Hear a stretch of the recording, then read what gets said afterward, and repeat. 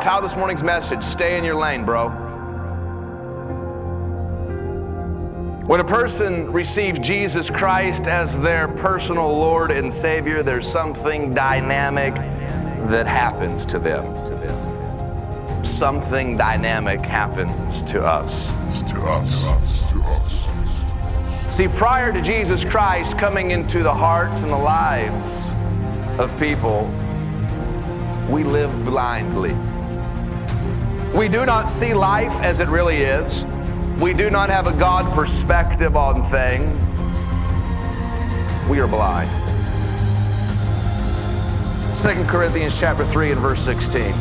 Nevertheless, when one turns to the Lord, the veil is taken away. And oh, how you saw on that day.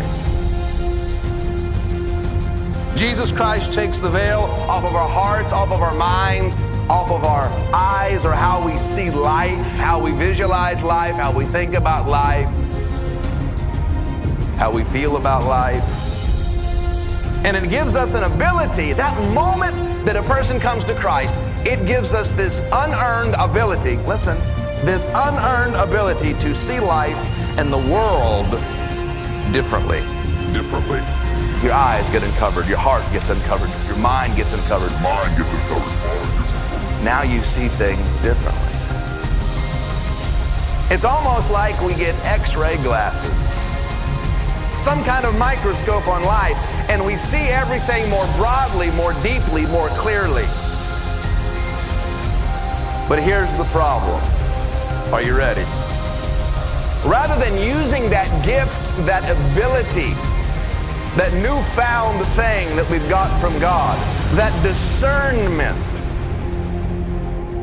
to grow our own lives spiritually, to draw ourselves closer to God, or to be an encouragement to others, we weaponize it. We weaponize it. And start to see everything we don't like about others or in other spiritual things. This discernment, this ability to see, now suddenly has given us a license, so we think, to see everything we don't like in everybody else. Things you didn't see before, now you see.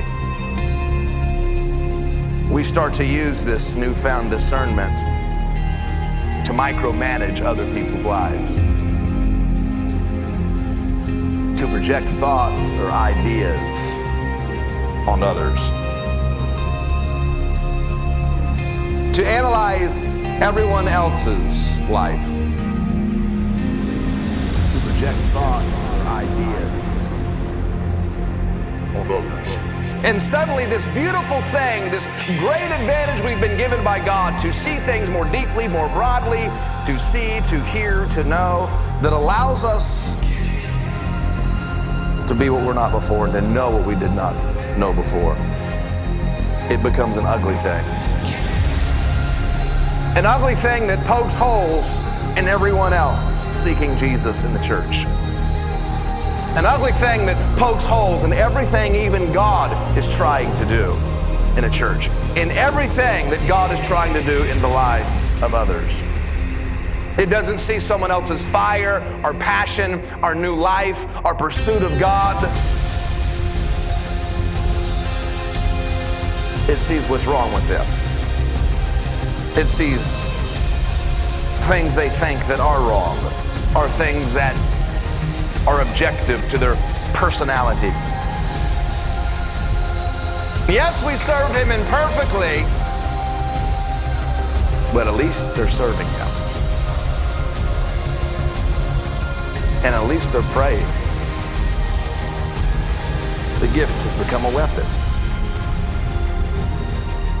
Every person in this room, or in any church for that matter, has faults. For every one imperfection you can find in someone else, me and Jesus can find 15 in you. Careful.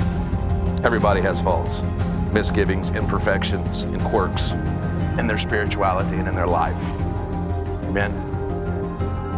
But if they are really going after God, if they're really in the things of God, if they're really pursuing God and really going after Him with all their heart, why criticize them? If they're here or if they are in a Bible teaching church, and if they are really going after God with all their hearts, why critique them? Don't you think God has the power to fix it? For every one imperfection you can find in someone else, me and Jesus can find 15.